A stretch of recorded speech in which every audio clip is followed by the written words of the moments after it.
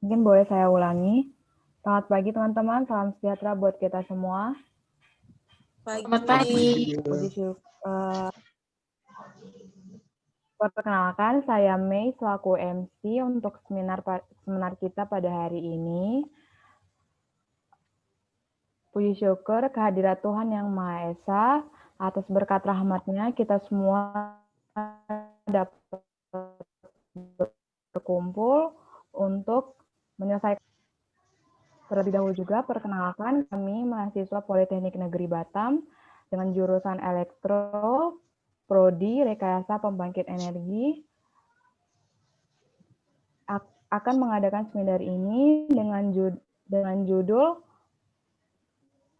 Penanggulangan Nabza di Kalangan Mahasiswa. Mungkin sebelum kita memulai kita ini, ada baiknya untuk kita berdoa. Berdoa menurut agama dan kepercayaan kita masing-masing. Berdoa dimulai.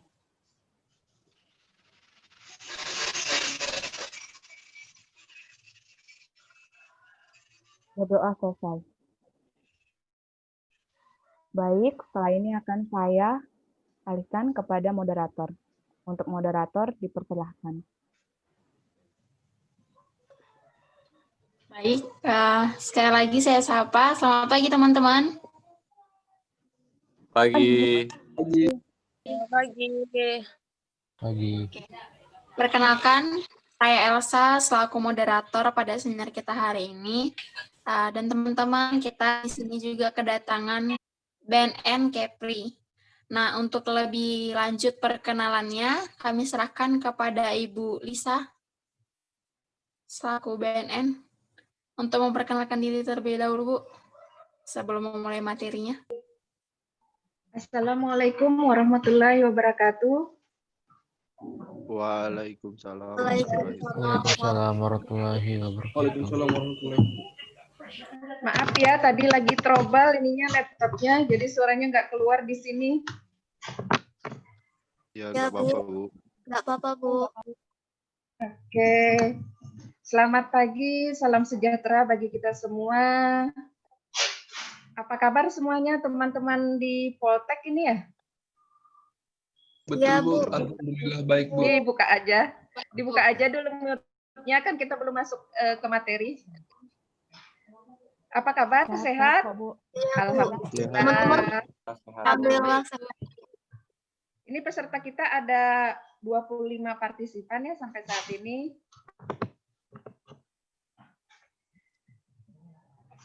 Teman-teman lagi pada di rumah atau di kampus ini ya? Bukan, di rumah ya? Di rumah, Bu. Oh ya, tetap terapkan protokol kesehatan ya, karena pandemi COVID-19 masih tetap ada sampai sekarang. Tetap jaga jarak, gunakan masker, cuci tangan selalu setelah selesai melakukan aktivitas, hindari kerumunan. Puji syukur kita panjatkan kehadirat Allah Subhanahu wa taala atas berkat dan rahmat-Nya kita dapat bertemu walaupun melalui virtual ya, karena tidak memungkinkan untuk kita bertatap muka. Tapi rasanya kalau virtual ada yang kurang. Kalau menurut saya ya, lebih testingnya kurang terasa dibandingkan dengan tatap muka. Baiklah, tapi apa daya kita tetap melakukan sosialisasi walaupun kondisi pandemi seperti ini. Kita tetap jalan, tetap semangat tanpa ada halangan. Baik, kita mulai saja hari ini sosialisasi kita. Baik, Bu. Lanjut saja, Bu. Kira-kira teman-teman sudah pernah mendapatkan sosialisasi tentang bahaya penyalahgunaan narkoba dari BNN atau dari Dinas Kesehatan atau dari Artevena? Ada yang pernah dapat tentang sosialisasi? Saya sudah pernah. Sudah pernah? Ya. Dari mana? Dari BNN pernah ngikuti? Atau ada yang pernah yang sudah ikut jadi relawan atau penggiat anti narkobanya? Saya sudah pernah jadi penggiat anti narkoba, Bu, sewaktu SMA. Oke, alhamdulillah. Yang lainnya belum ada? Belum, Bu. Belum. Belum, Bu. Oke, hari ini kita akan memberikan pengetahuan dan pemahaman tentang bahaya penyalahgunaan narkoba dan cara pencegahannya. Sebentar ya.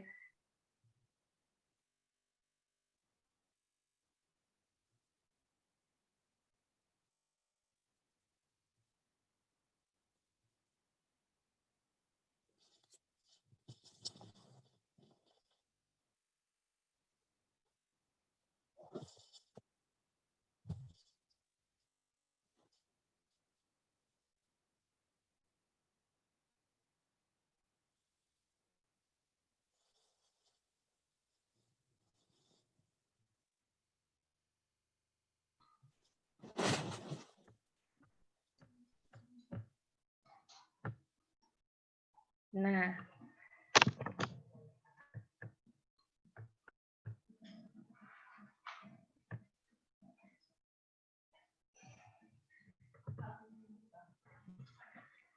hari ini kita akan berbicara tentang permasalahan narkoba dan cara penanganannya.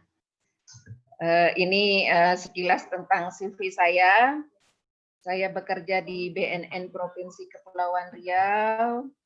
Saat ini saya menjabat sebagai Kepala Bidang Pencegahan dan Pemberdayaan Masyarakat di BNN Provinsi Kepulauan Riau, sekaligus sebagai penyuluh ahli media di BNNP Kepulauan Riau. Nah, ini adalah riwayat pendidikan saya. Background saya adalah seorang apoteker.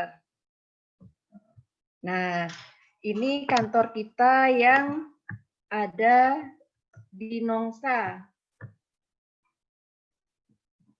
di BNN Nongsa. Nah, BNN Provinsi Kepulauan Riau mempunyai tupoksi melaksanakan pencegahan dan pemberantasan penyalahgunaan dan peredaran gelap narkoba di Provinsi Kepulauan Riau. Penyalahgunaan dan peredaran narkoba, peredaran gelap narkoba itu adalah dua hal yang berbeda.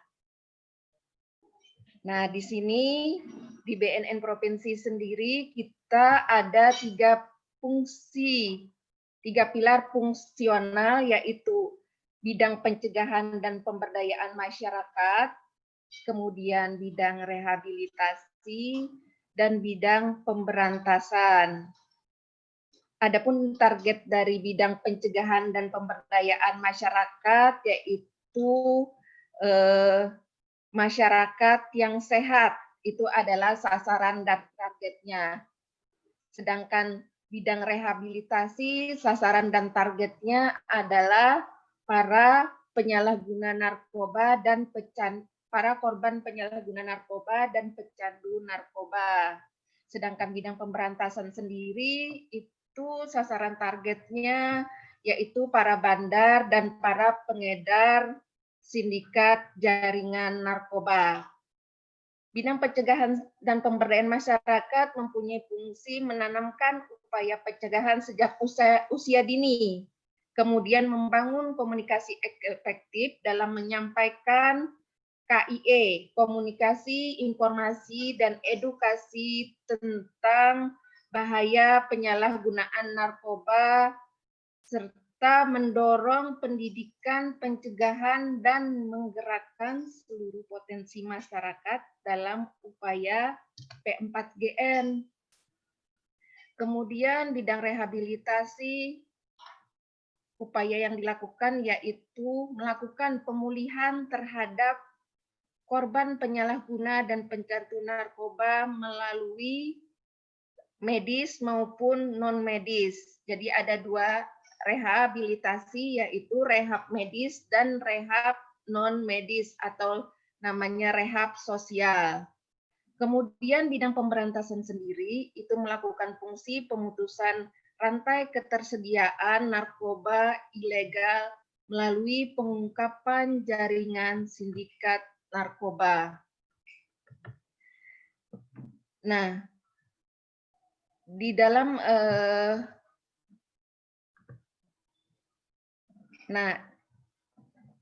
penyalahgunaan narkoba dan peredaran gelap narkoba itu adalah dua hal yang berbeda seperti yang saya sampaikan tadi. Peredaran gelap narkoba merupakan bisnis para bandar. Jadi peredaran narkoba itu adalah bisnis yang dilakukan oleh para bandar. Nah, kira-kira teman-teman semua, saya bingung nih, mau teman-teman atau adik-adik ya? Mungkin adik-adik ya, saya bilangnya tepatnya. Baik, Bu, nggak apa-apa, Bu. Iya, Bu.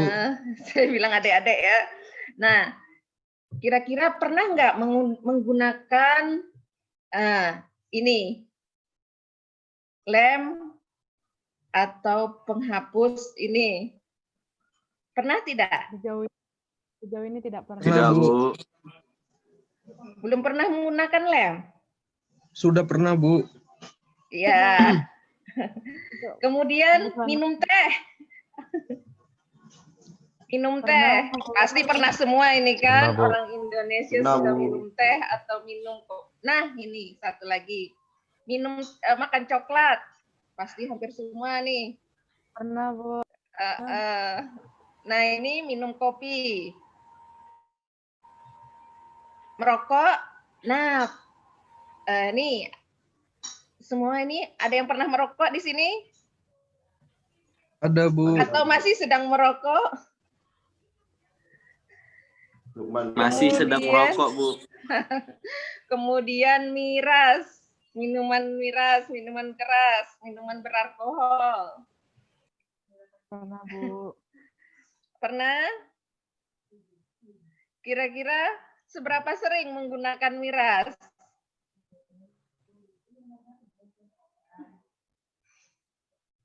Halo? Kira-kira? Ya, Bu. Tidak Adik-adik? pernah, Bu. Alhamdulillah, semoga tidak pernah ya. Tidak. Walaupun Amin, mencoba Bu. sedikit.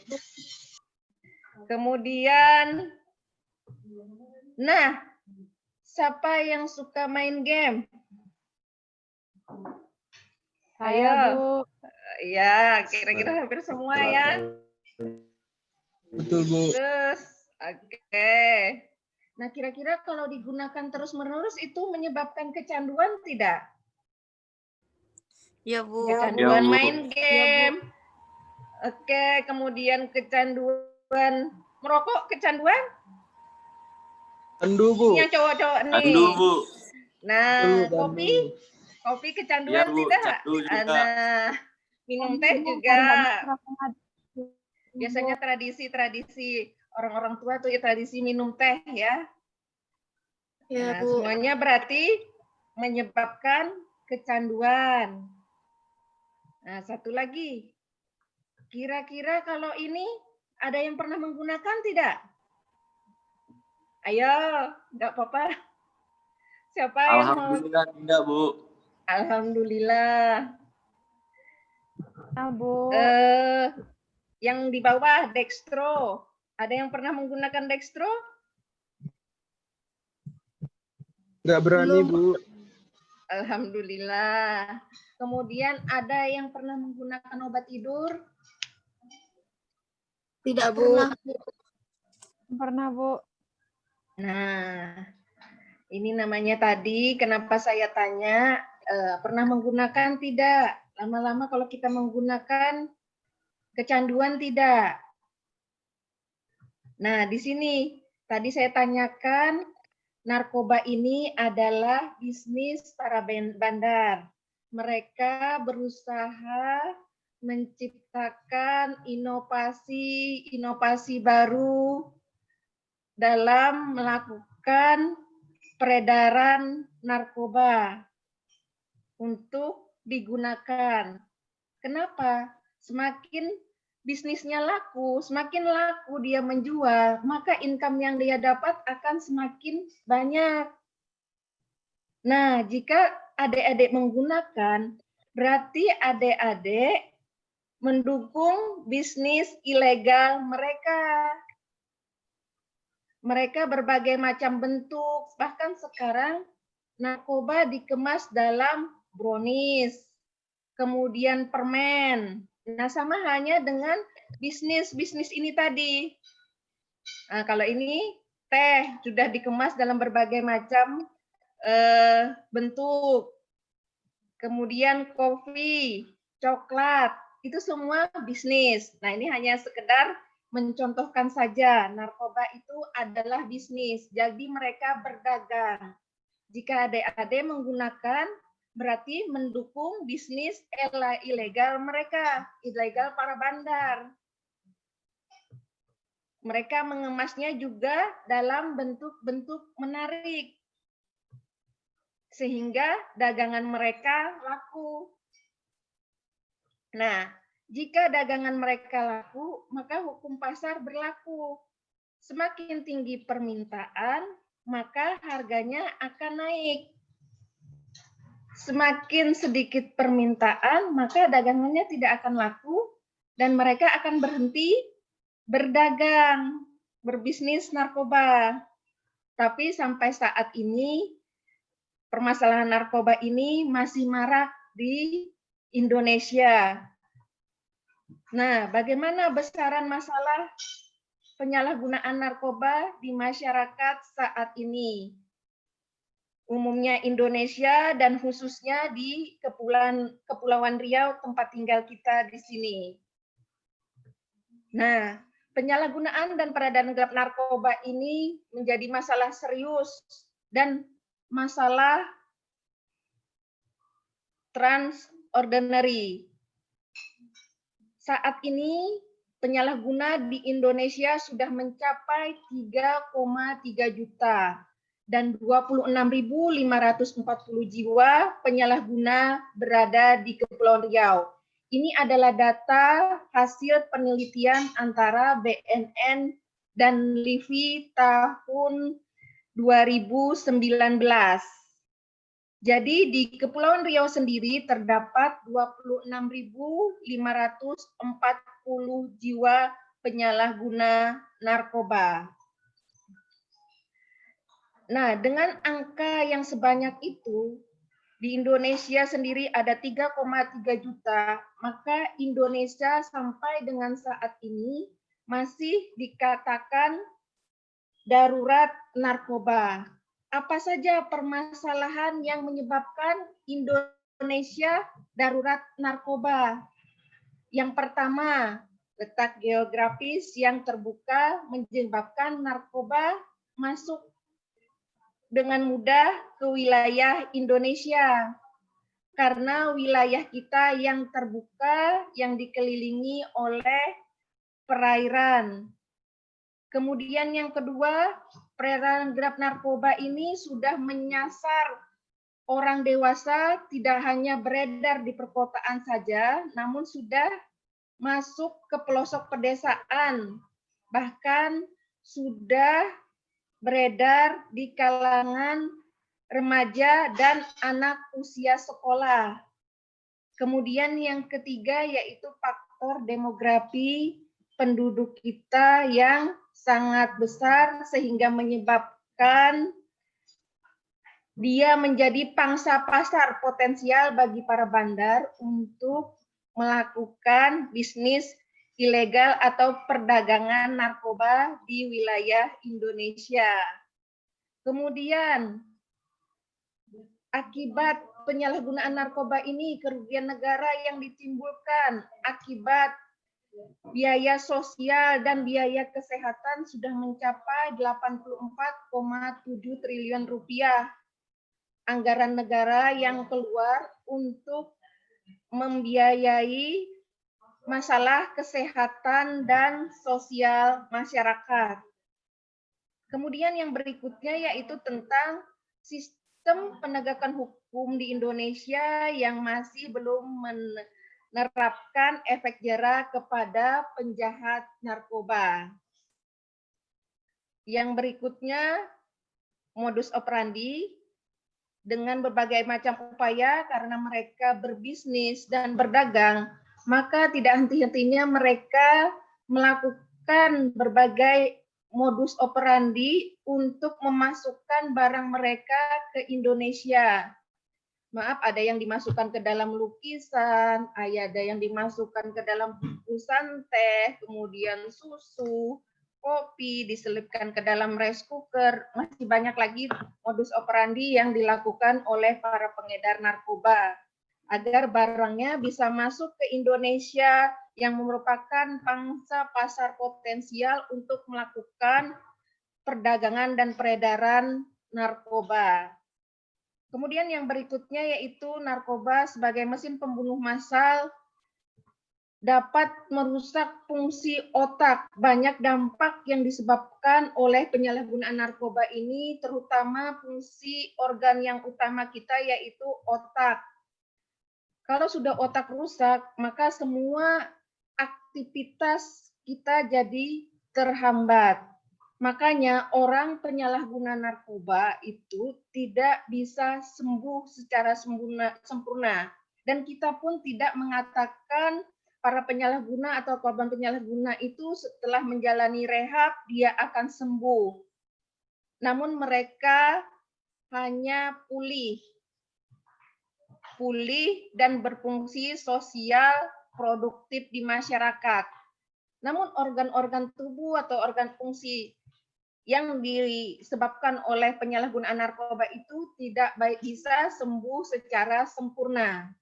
Mereka hanya pulih. Para pecandu dan penyalahguna narkoba itu hanya pulih secara sosial dan bisa berfungsi produktif di masyarakat saja.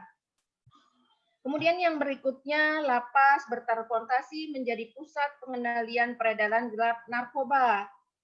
Fenomena lapas bertransformasi ini didukung oleh penuhnya atau overkapasitasnya kondisi lapas di tempat kita. Akhirnya para penjahat narkoba dan penjahat lainnya digabung menjadi satu dan belum ada pemisahan secara keseluruhan. Nah, berdasarkan studi komparatif, narkoba dapat dijadikan sebagai sarana untuk menghancurkan suatu bangsa. Kenapa seperti itu? Seperti yang kita ketahui tadi, narkoba merusak fungsi organ utama dari manusia, yaitu otak. Dengan lumpuhnya otak, maka kualitas generasi kita akan berkurang, bahkan hilangnya kualitas generasi suatu bangsa. Nah, inilah yang dikatakan narkoba dapat menghancurkan suatu bangsa melalui hilangnya generasi-generasi penerus suatu bangsa. Yang berikutnya yaitu kerusakan akibat penyalahgunaan narkoba. Nah, seperti kita ketahui tadi saya sampaikan, yaitu organ utama yang dirusak oleh narkoba adalah otak. Kenapa otak? Karena begitu bedanya narkoba dengan obat-obat yang biasa kita minum selain narkoba. Kalau narkoba, baik yang itu dihirup, dihisap, ditelan, sasaran target utamanya adalah otak. Kenapa? Karena otak yang adalah organ tubuh kita yang paling banyak mengandung kolesterol. Dan otak yang namanya narkoba paling suka berikatan dengan yang namanya kolesterol. Jadi semua narkoba yang digunakan, sasaran utamanya setelah kita minum, kita hirup, kita suntikan, sasaran target utamanya adalah otak. Berbeda dengan obat-obat yang selain narkoba. Obat-obat selain narkoba kita minum, dia akan masuk ke peredaran darah dan menuju sasaran target yang dituju. Misalnya kita sakit kepala atau sakit perut. Obat analgesik, penghilang nyeri, pasti akan menuju sasaran target yang dituju. Berbeda dengan halnya narkoba. yang disasar pertama adalah otak. Nah, di mana otak diserang oleh narkoba, yaitu sistem limbik. Narkoba akan merusak sistem limbik, yaitu bagian tengah dari otak. Nah, di situ fungsinya menghasilkan perasaan, mengatur emosi, rasa senang, rasa sedih, kemudian mengatur produksi hormon, kemudian memelihara homeostasis, keseimbangan, kemudian mengatur rasa haus, rasa lapar, dan mengatur dorongan seks, pusat rasa senang, ini berkaitan dengan produksi hormon, yaitu hormon dopamin, kemudian mengatur metabolisme dan memori jangka panjang. Jika sistem ini diganggu oleh narkoba, tentunya semua di dalam tubuh kita akan terganggu. Dan narkoba begitu masuk atau kita gunakan, yang disasarnya adalah otak bagian tengah, yaitu sistem limbik. Di sini adalah sistem utama dari otak. Nah, ini ada penampakan, ini otak normal yang pertama tanpa menggunakan narkoba, seperti mulus, tidak ada bolong-bolong. Nah, ini penampakan narkoba pengguna marijuana atau ganja. Otaknya bolong-bolong ini. Kemudian yang berikutnya, otak pengguna sabu. Sama, juga bolong. Namun pengguna marijuana lebih di lapisan selaput putihnya lebih besar dirusak karena di situ banyak sistem saraf.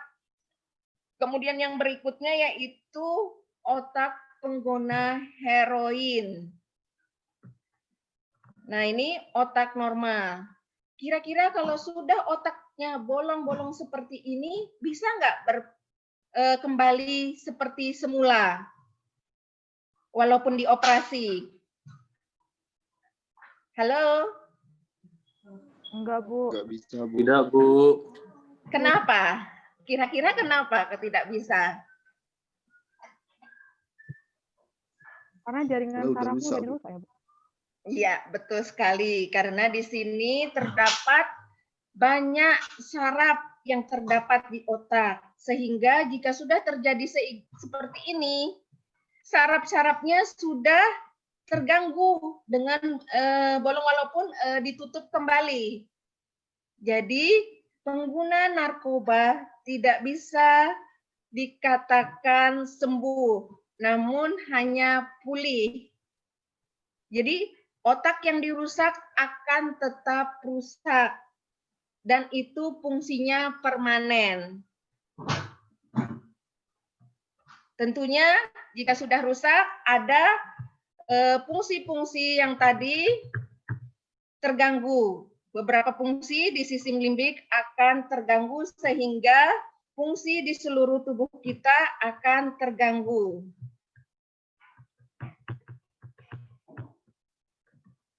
Nah, akhirnya tadi salah satunya yaitu mempengaruhi memori jangka panjang.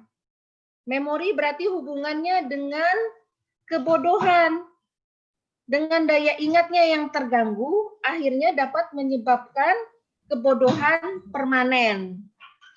Nah, penggunaan narkoba ini tidak serta-merta langsung diminum sekali, langsung menimbulkan atau menyebabkan kerusakan permanen, tidak. Dia akan menimbulkan dampak kerusakan permanen itu jika digunakan rutin dan terus-menerus. Ingat, narkoba dapat menyebabkan kecanduan. Jadi, begitu kita sudah pada tahap kecanduan, bukan kita lagi yang minta, namun tubuh kita yang minta.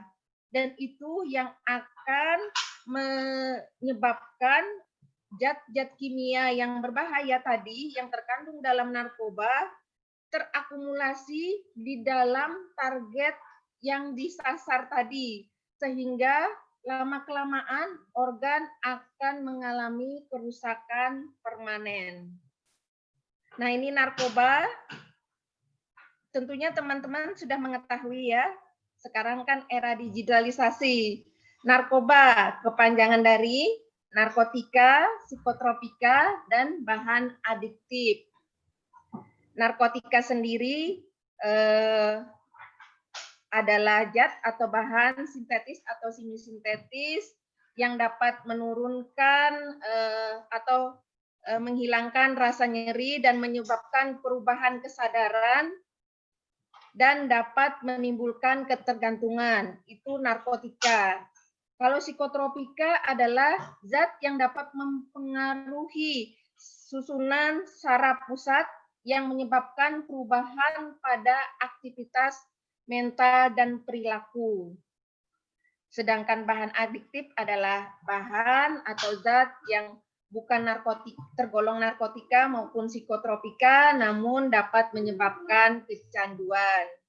Narkotika sendiri terbagi menjadi 3 golongan, golongan 1, 2, dan 3. Golongan 1, tingkat adiksi atau kecanduannya sangat kuat, itu tidak bisa digunakan untuk pengobatan, hanya digunakan untuk penelitian,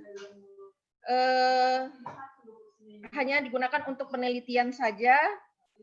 Kemudian golongan 2 itu tingkat adiksinya sedang, itu digunakan sebagai obat bius biasanya.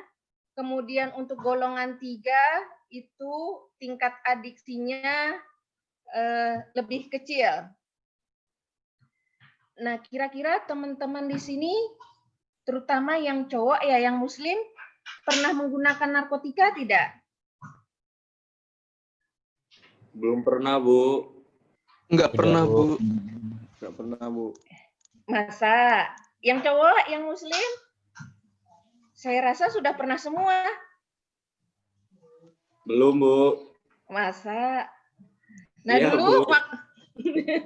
ingat tidak waktu dihitan? Waktu disunat? Kira-kira langsung dipotong tidak? Oh iya. Iya. Pasti dibius dulu. Nah, itu obatnya menggunakan golongan narkotika. Tidak mungkin langsung dipotong sama Pak dokternya. Pasti disuntik dulu menggunakan penghilang nyeri. Itu obat-obat golongan narkotika. Jadi umumnya para laki-laki yang muslim sudah menggunakan narkotika. Nah, narkoba kira-kira saya mau tanya lagi nih.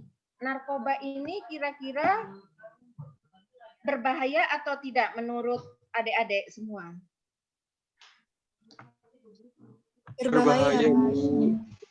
Kenapa berbahaya? Karena dapat merusak otak, Bu. Ya, ada lagi?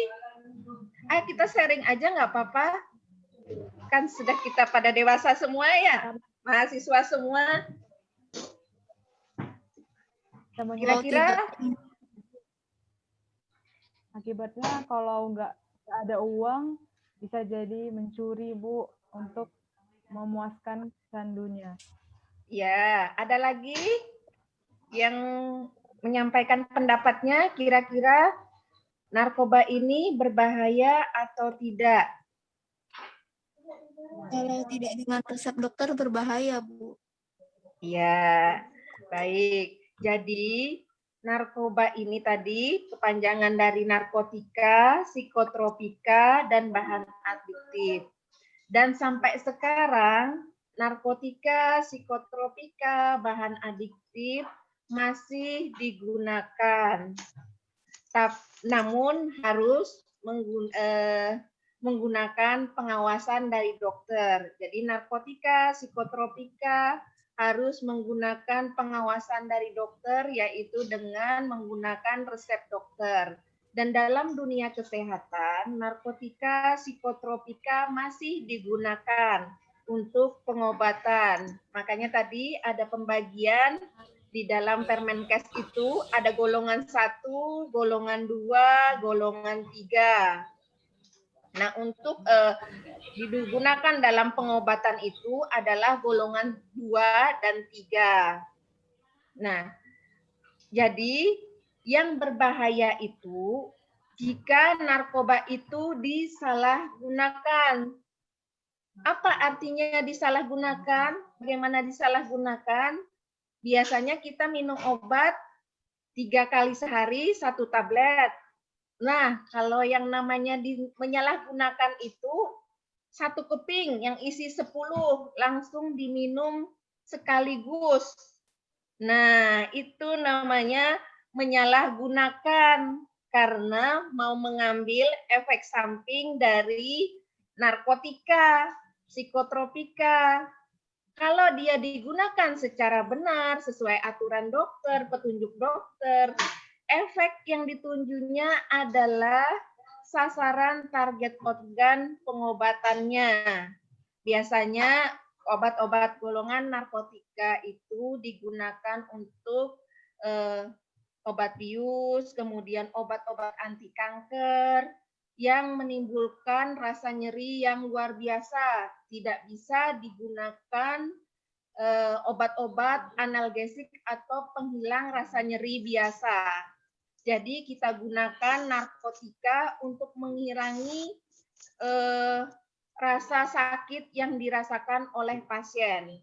Jadi sudah menggunakan golongan narkotika karena dengan menggunakan obat-obat anti nyeri biasa para penyakit kanker itu tidak akan bisa hilang sakitnya, tidak akan menutupi rasa sakitnya. Nah, di sini tadi sudah ada berarti kemudian selain yang berbahaya tadi, yang pertama narkoba disalahgunakan, yang kedua efek gejala putus zat atau putus obat pada saat dia menyalahgunakan narkoba atau yang dinamakan dengan withdrawal syndrome, efek gejala putus zat.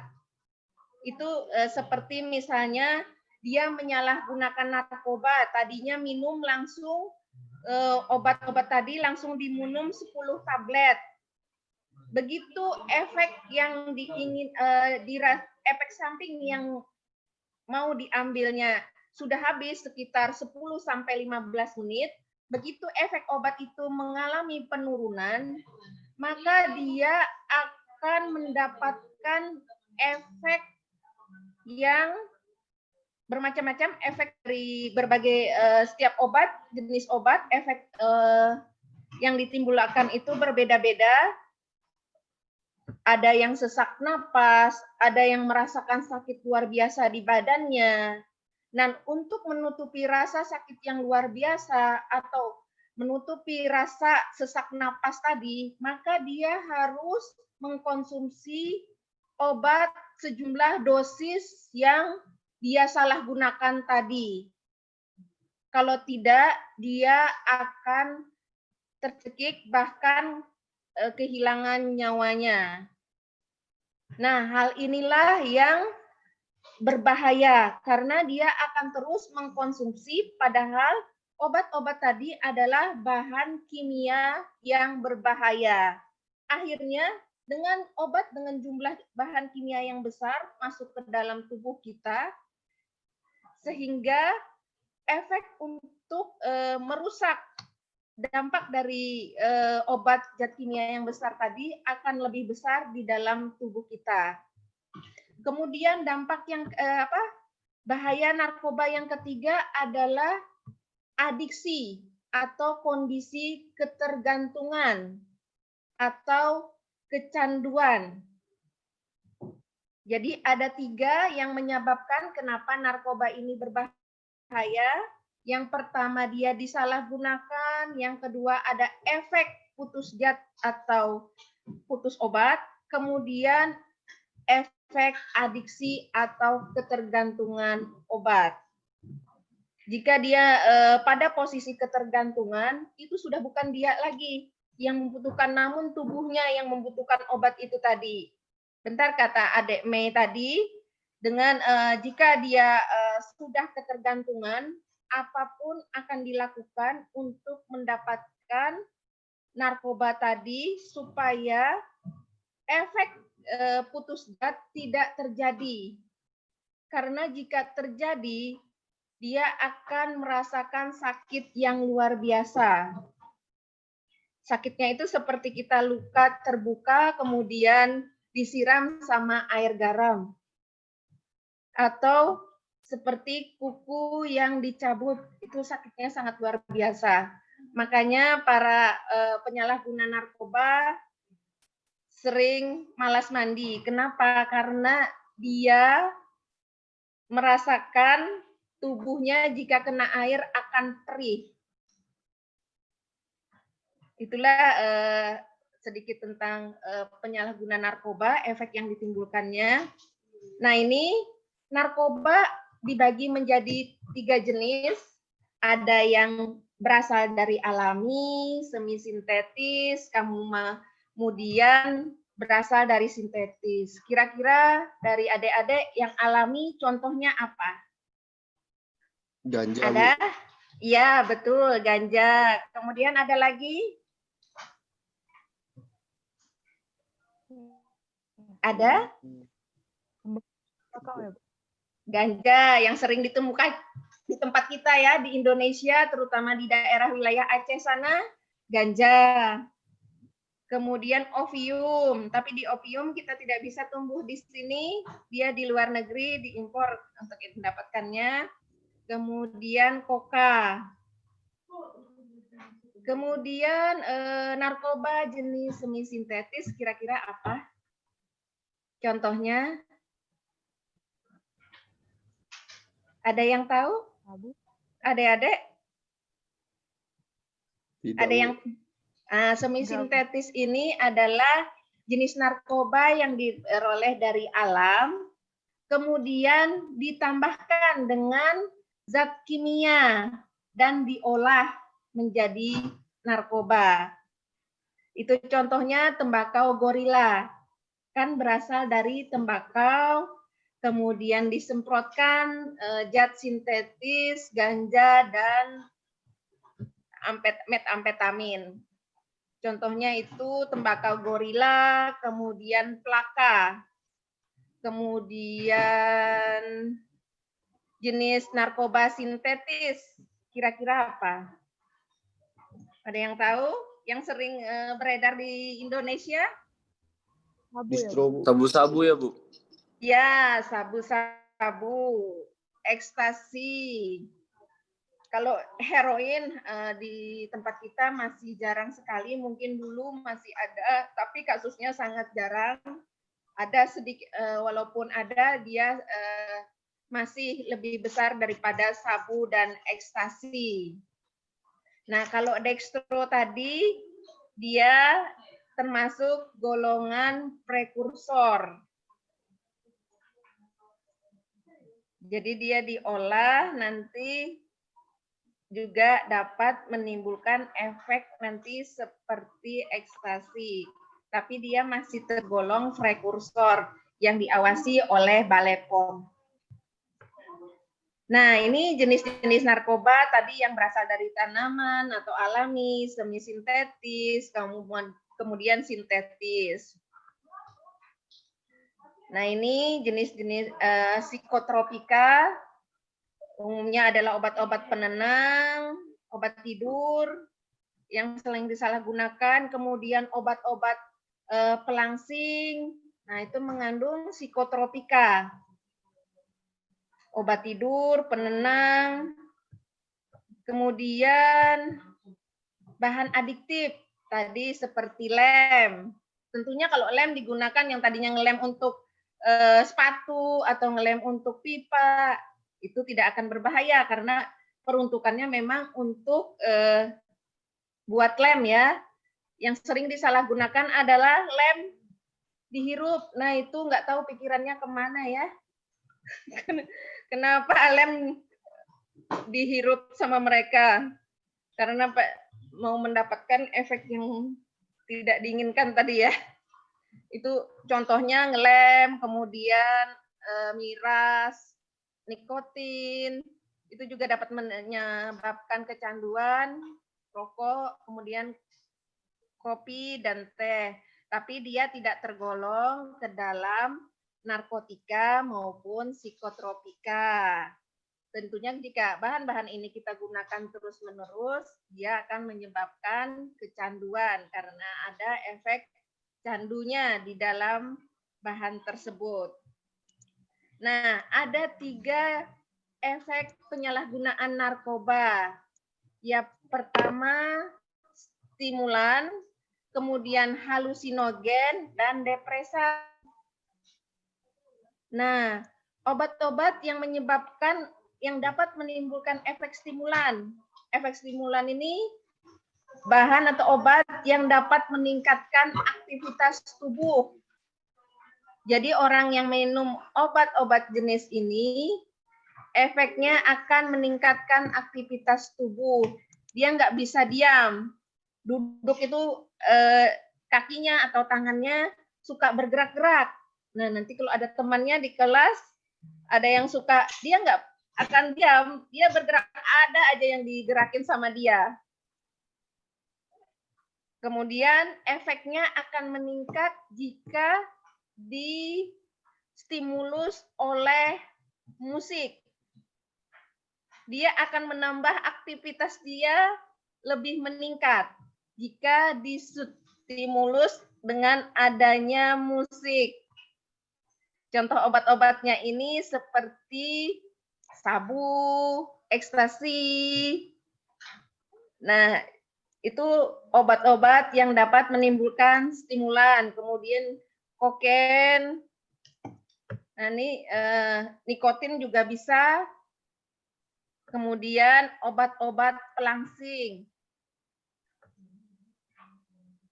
Obat pelangsing itu rata-rata dia di dalamnya mengandung amfetamin atau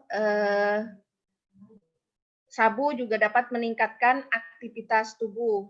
Kemudian efek yang berikutnya, depresan. Ini adalah lawan dari stimulan tadi. Yang tadi stimulan adalah meningkatkan aktivitas tubuh, efeknya. Nah, kalau ini memperlambat. Jadi, orang yang pengguna obat-obat tipe depresan ini, dia aktivitasnya akan melambat. Seperti efek yang dirasakan itu mengantuk, kemudian rasa stres yang hilang itu hanya sementara, hanya 10 sampai 15 menit saja. Begitu mengonsumsi obat. Namun jika obatnya yang tadi sudah habis efeknya, maka dia akan merasakan efek gejala putus obat. Nah, obat-obat golongan seperti ini adalah golongan morfin, heroin, kemudian opium, kemudian ganja. Nah, para pengguna ganja ini bisa dilihat orangnya suka tidur, kemudian suka makan, berlawanan dengan yang tadi, obat-obat tipe stimulan. Makanya yang stimulan sering disalahgunakan oleh orang-orang sebagai obat pelangsing, karena dia menghilangkan nafsu makan. Namun sekarang sudah dilarang. Nah, ini kebalikannya. Kalau ganja, dia orangnya suka tenang, tidur, kemudian sukanya makan, dan ketawa-ketawa sendiri. Biasanya jika ada cerita yang tidak terlalu lucu pun, dia akan efeknya menunjukkan efek senang. Karena dia merasa stresnya hilang, kemudian merasa tenang. Nah, ini adalah efek dari ganja. Kemudian ciri-ciri pengguna ganja lainnya adalah mata orang pengguna ganja itu biasanya sembab. seperti orang yang sakit mata, atas bawah, kemudian matanya merah, tapi tidak ada kotorannya. Berbeda dengan orang yang sakit mata. Kalau sakit mata, kalau sudah bengkak seperti itu, akan menimbulkan kotoran mata. Nah, kalau pengguna ganja ini, matanya bengkak, merah, namun kotorannya tidak ada. Jadi bisa dilihat dari situ, dia menggunakan jenis zat apa yang digunakannya. Kalau seperti itu biasanya ganja. Kemudian di telapak tangannya ini akan berbintik-bintik warna merah, akan timbul ruam merah di telapak tangannya. Nah, berbeda dengan tadi stimulan, dia menimbulkan efek yang euforia berlebihan, aktivitasnya tinggi, sehingga pada saat efek obat itu meningkat, dia bisa tidak makan tuh 3 hari, dia tahan. Dan aktivitasnya tetap tinggi. Namun setelah dia mengalami efek obat itu menurun, maka semuanya akan lemas. Kenapa? Karena organ tubuhnya diporsir tanpa ada asupan. Dan para pengguna stimulan dapat menimbulkan dehidrasi. Kenapa tadi? Karena dia dengan aktivitas yang tinggi tanpa asupan minum atau kurang asupan minuman, akhirnya dia dapat menyebabkan dehidrasi bahkan kematian. Nah, efek yang ketiga adalah halusinasi. Kira-kira halusinasi ini apa menurut adik-adik? Berhalusinasi. Ngayal. Nah, biasanya banyak orang yang bilang berhayal. Namun yang dimaksud halusinasi atau halusinogen di sini yaitu mengaburkan persepsi penggunanya terhadap kenyataan, dan itu berhubungan dengan 5 panca indera. Seperti misalnya kalau kita kan berhayal mau jadi dokter atau jadi presiden atau berhayal pengen sesuatu. Kalau ini berbeda, dia mengaburkan persepsi pada kenyataan yang sebenarnya. Terutama yang diserangnya adalah panca indera seperti mata, yang tadinya kita merasa karena kita merasa di situ depresi, akhirnya merasa ketakutan atau paranoid, dia akan melihat di sekelilingnya ada hantu atau setan biasanya, padahal tidak ada. Melihat sesuatu misalnya aqua di dekat dia, itu ukuran aqua itu tidak sebesar yang sebenarnya. Ukuran itu dia yang kalau halusinogen di sini, ukuran aqua itu akan menjadi besar yang dapat mengancam keselamatan dia, yang dapat menjatuhi kepada diri dia. Jadi yang dia lihat itu berbeda dengan yang kita katakan berhayal ya.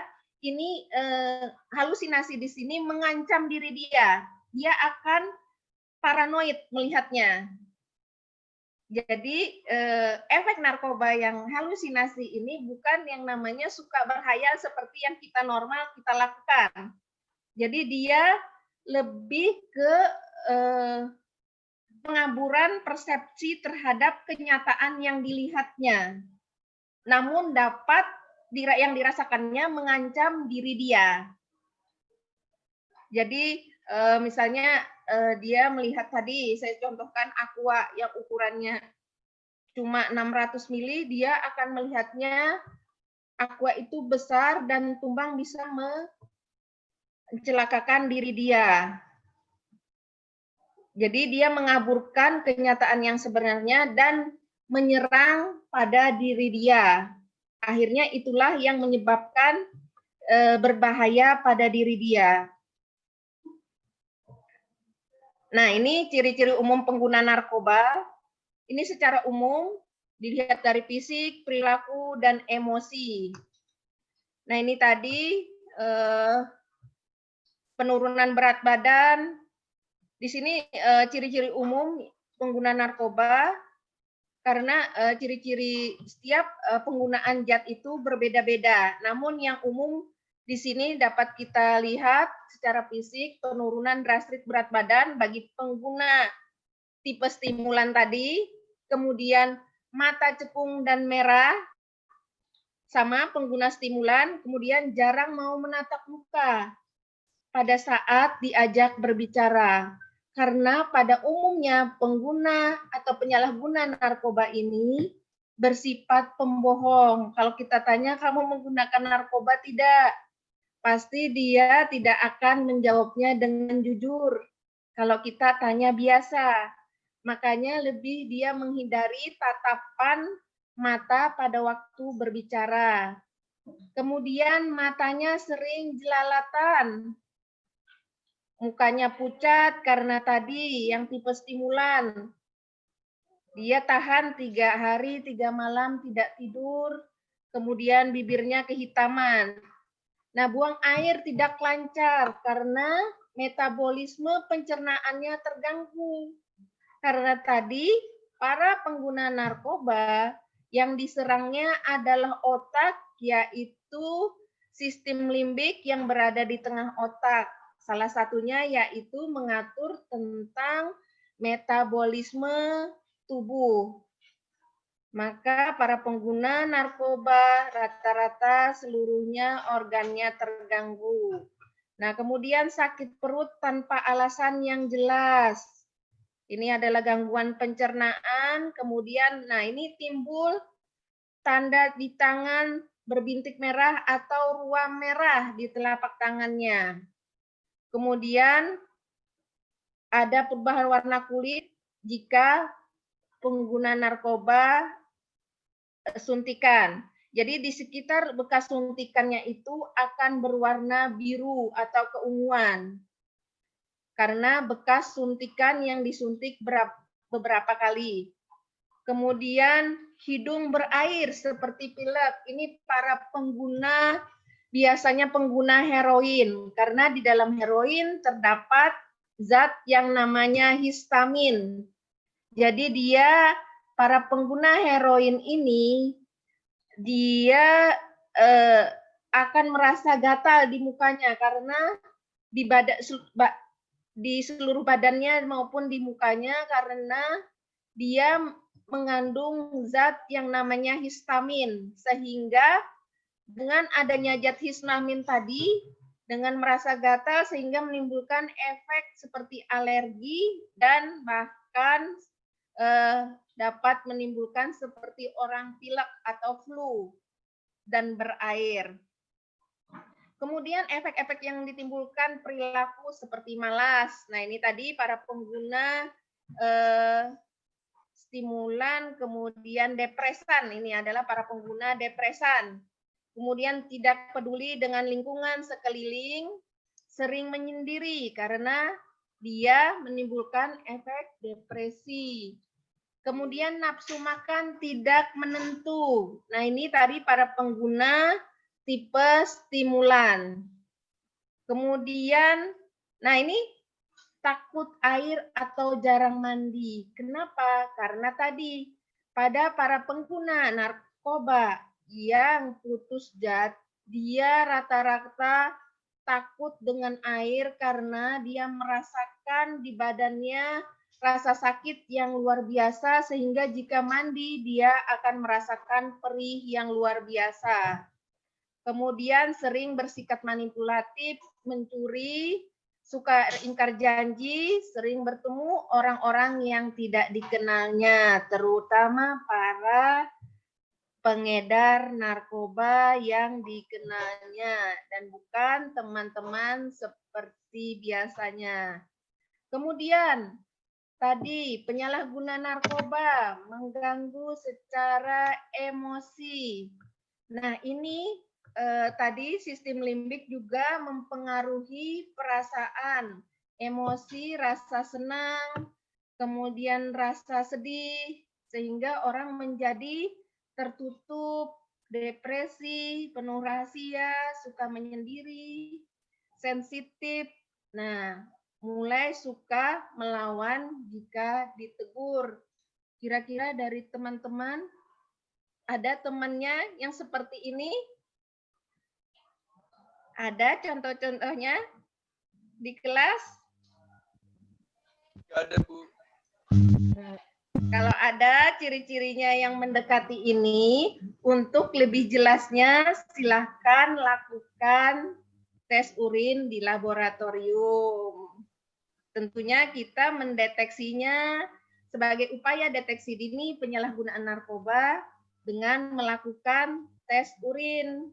Nah, di situ akan terdeteksi zat apa yang digunakan. Nah, ini adalah ciri-ciri secara umum saja.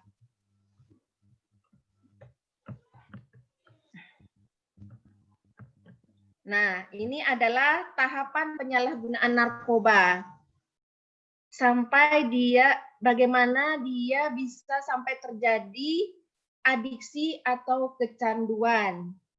Yang pertama, karena pengaruh dari teman-teman atau pengaruh dari orang yang kita sayangi, pacar, kemudian pengaruh para bandar, sehingga karena tadi dia berbisnis, maka dia akan berbagai upaya untuk menawarkan dagangan mereka.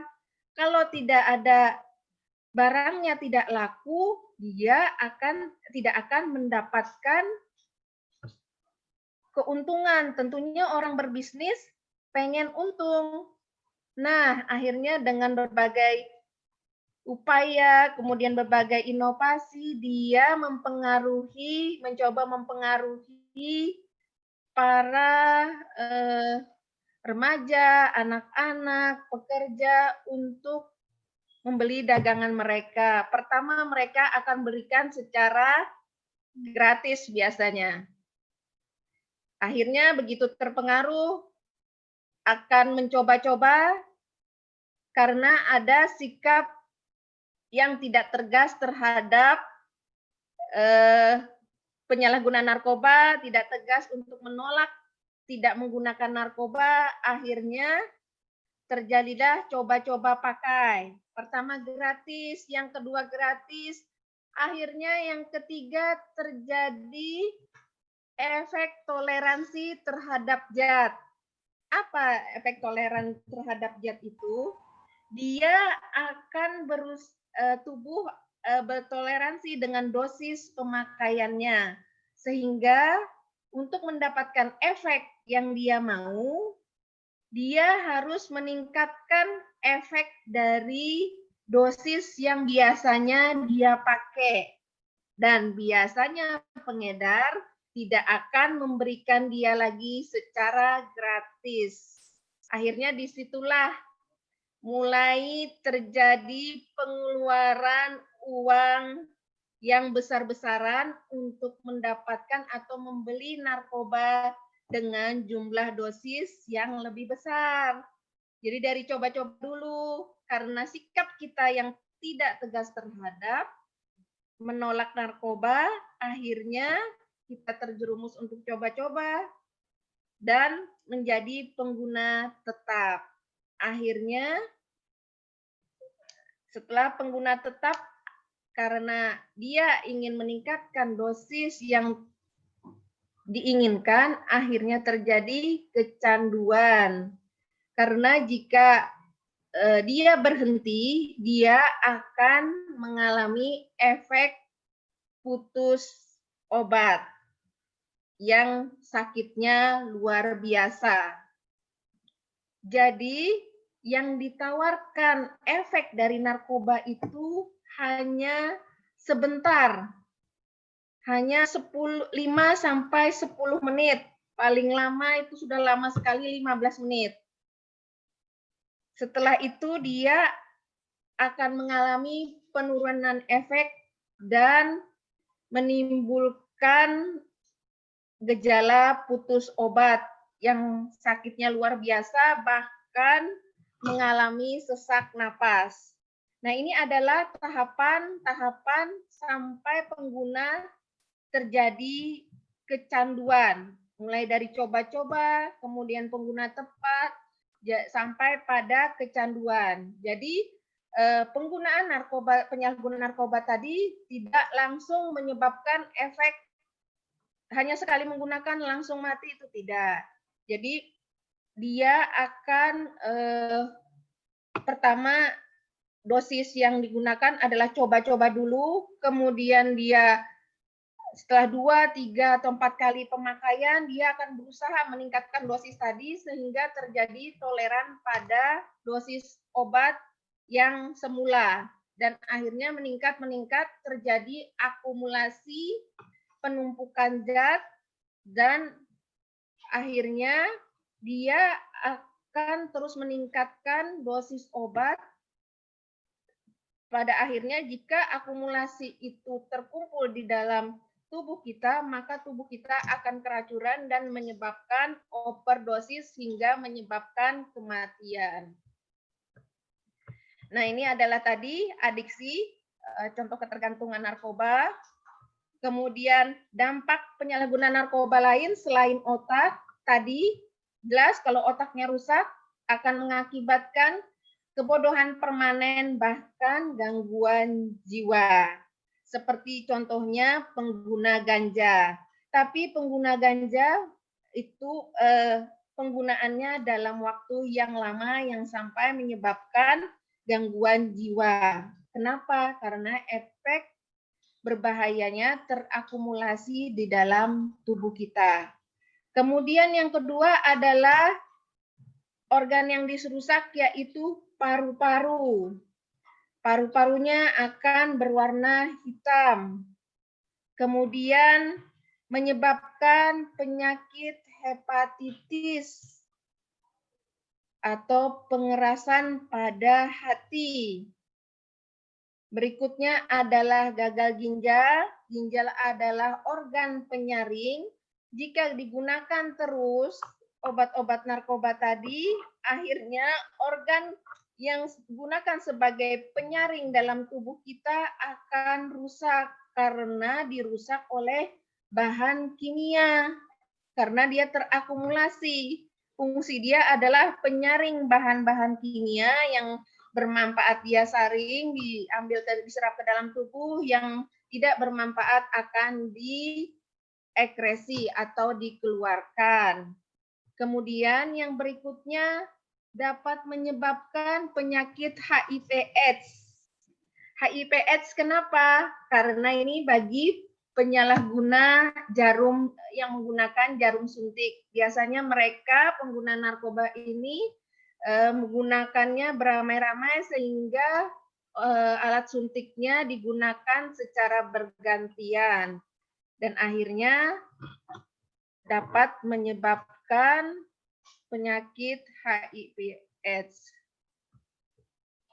Nah, di sini merokok. Kenapa merokok? Karena berdasarkan penelitian 55% pelajar pernah menggunakan rokok. Nah, merokok sebagai pintu masuk narkoba. Kenapa? Kenapa? Berdasarkan penelitian yang pernah kita lakukan, para penyalahguna narkoba awalnya adalah merokok. Merokok juga dapat menyebabkan kecanduan dan meningkat efeknya nanti setelah merokok dia kecanduan, ada kecenderungan dia untuk mencoba berbagai jenis rokok seperti halnya rokok lintingan ganja. Ganja biasanya digunakan seperti orang merokok di linting. Atau pengguna rokok elektronik sekarang sudah banyak rokok elektronik yang mengandung ganja. Kira-kira teman-teman di sini pernah menggunakan rokok elektronik? Ada? Adik-adik pernah mencoba rokok elektronik? Pernah, Bu. Nah, dia memang aromanya itu bermacam-macam ya, lebih bervariasi.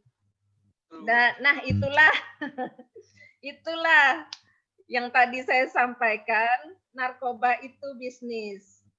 Narkoba jika tidak ada pembelinya, maka mereka pun tidak laku dan bisnisnya akan rugi. Jadi dia juga melakukan berbagai inovasi. Bagaimana rokok tadi bisa, tadinya rokok sudah menyebabkan kecanduan. Ditambah lagi ganja, akan efeknya akan menambah lagi. Akhirnya dia akan kecanduan dan meningkatkan pembeliannya dan penggunaannya. Makanya tadi tidak mungkin kalau misalnya hanya berdagang biasa saja. Nah, ini berdasarkan data dari RSKO juga, penyalahguna di sana masih aktif menggunakan rokok. Penampakan sebelah kiri ini adalah paru-paru normal, kemudian sebelah kanan ini adalah paru-paru yang sudah terpapar oleh rokok. Dia akan dipenuhi oleh bintik-bintik hitam. Nah, ini adalah kondisi paru-paru kita yang jika merokok. Nah, ini fakta juga menemukan, bahkan di Kepri sendiri, pada waktu kami melakukan tes urin juga ketemu kemarin bahwa rokok elektronik mengandung ganja. Nah, ini pada bulan April, kemudian Balai POM, ini penemuan Balai POM, penemuan kami sendiri di BNN juga ada rokok elektronik yang mengandung ganja. Jadi, bukan tidak mungkin nanti kemarin juga seperti itu waktu kami melakukan pemeriksaan, waktu kami lakukan razia, dia mengakunya hanya menggunakan rokok elektronik, setelah dites urinnya positif ganja. Dia tidak mengetahui kalau di dalam rokok elektronik dia sudah ada campuran ganjanya. Jadi dia tetap mengaku bahwa dia hanya menggunakan rokok elektronik. Ternyata di dalam rokok elektroniknya sudah bercampur dengan ganja. Jadi hati-hati dalam penggunaan rokok elektronik. Takutnya nanti ketika ada razia, begitu dites urinnya positif ganja atau sabu. Di sana juga ada sudah dicampurkan dengan sabu, juga ada. Nah, ini adalah bisnis dari narkoba. Nah, ini bahaya dari ngelem tadi, zat-zat yang bersifat inhalan, itu dapat merusak otak juga, kemudian merusak otot, kemudian gangguan pada saraf pusat. Nah, ini kenapa orangnya ini pengguna lem rata-rata adalah anak jalanan. Karena lem menimbulkan efek halusinogen sehingga dia berhalusinasi, dia menimbulkan efek penenang. Dia yang tadinya tidur di bawah kolong jembatan pengen merasakan tidur di sofa yang enak, lembut, akhirnya dia menggunakan lem untuk mendapatkan efek halusinasi tadi. Nah, ini biasanya bagi teman-teman diselipkan pemakaian di dalam jaket atau baju. Biasanya kalau ada yang suka nyium-nyium di dalam jaket atau bajunya, nah itu biasanya pengguna lem. Namun jika sudah dia toleran terhadap dicium sedikit-sedikit, dia akan langsung mencium pada kalengnya. Akhirnya terjadi, jika sudah dosisnya meningkat, terjadi akumulasi zat berbahaya oleh lem tadi di dalam tubuh, maka dapat menimbulkan sesak napas, bahkan kematian. Nah, ini orang ini mati karena menghirup lem. Dia overdosis karena menghirup lem. Nah, itu di hidungnya kelihatan bekas lem. Dia sesak napas karena menghirup zat berbahaya yang ada di dalam lem. Nah, ini jenis krokodil, narkoba jenis baru. Nah, ini kandungannya terdiri dari iodin, zat pembuat obat merah ya, iodin, kemudian kodein, ini adalah narkotika, jenis golongan narkotika, kemudian asam sulfat, asam klorida pekat, kemudian fosfor merah dan bensin. Nah, semuanya ini ditelan. bagaimana yang terjadi? Semuanya adalah bahan kimia. Akhirnya efek yang ditimbulkan di dalam tubuh seperti ini. Dagingnya melepuh. Ini adalah jenis narkoba krokodil. Kemudian ada jenis lagi. Nah, ini adalah dulu dia pengguna narkoba, Whitney Houston, mati karena overdosis juga. Dulunya dia cantik. Nih, dulunya dia cantik waktu artis zaman dulu ya. Dia pengguna narkoba sehingga dia juga mati karena overdosis. Ini. Nah, narkoba juga dapat menyebabkan kecelakaan. Kenapa? Tadi contohnya efek-efek yang ditimbulkan narkoba tadi salah satunya adalah halusinasi. Dia melihat jalan di depannya itu masih jauh padahal sudah dekat. Akhirnya dia bisa menabrak jalan yang membahayakan nyawanya. Nah, di sini dapat menyebabkan kecelakaan. Banyak juga artis-artis di Indonesia yang kecelakaan akibat narkoba. Nah, jika penggunanya adalah ibu hamil, maka bayi yang dilahirkannya dapat menderita cacat. Nah, ini adalah masalah sosial lain yang selain tadi dampak dari kesehatan, dampak penyalahgunaan narkoba juga dapat menyebabkan masalah sosial dan legal lainnya. Contohnya seperti yang dikatakan temannya tadi, meningkatnya angka kriminalitas atau kekerasan. Karena dia para penyalahguna narkoba ini membutuhkan uang untuk memenuhi kebutuhan tubuhnya akan dosis yang dia inginkan, maka dia akan berupaya segala macam cara untuk mendapatkan uang untuk membeli narkoba. Sehingga terjadilah berbagai macam kriminalitas dan kekerasan di masyarakat yang disebabkan oleh para penyalahguna narkoba tersebut. Kemudian yang berikutnya menurunnya produktivitas SDM. Ini sudah jelas tadi faktor dampak utama organ yang dirusaknya adalah otak, sehingga kualitas SDM kita akan menurun. Dengan menurunnya kualitas, tentunya produktivitas juga akan menurun. Berikutnya adalah meningkatnya rasa tidak aman di masyarakat. Ini sudah jelas dengan meningkatnya angka kriminalitas di masyarakat, maka rasa tidak aman pun akan terjadi di masyarakat maupun di lingkungan kita. Kemudian adanya perubahan tatanan sosial dan masalah-masalah sosial lainnya, kekerasan dalam rumah tangga, kekerasan pada anak. Nah, itu adalah dampak-dampak sosial lain yang menyertai. Kemudian, siapa saja yang dapat menawarkan narkoba? Kira-kira ini dari adik-adik, siapa saja yang berpotensi yang dapat menawarkan narkoba pada kita? Ada? Orang Teman.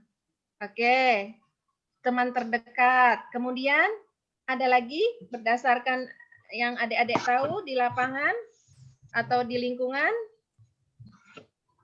sosial media, Bu. Sosial media. Kemudian ada lagi? Oke, kita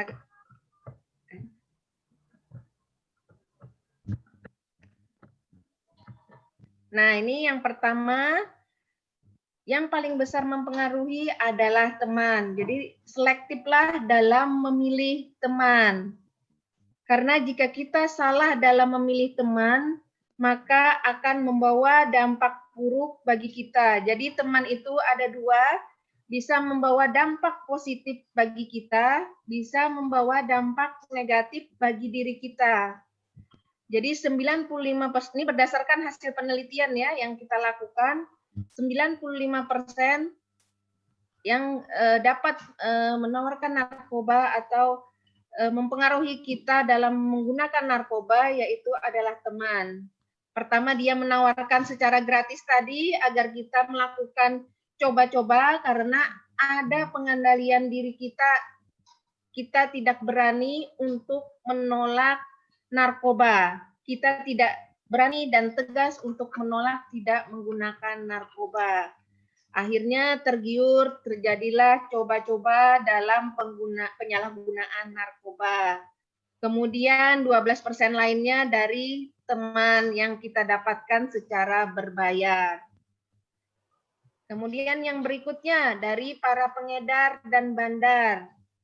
Nah, sekarang para pengedar atau kurir ini, para bandar, pengedar ini sudah menyusup ke dalam kampus-kampus.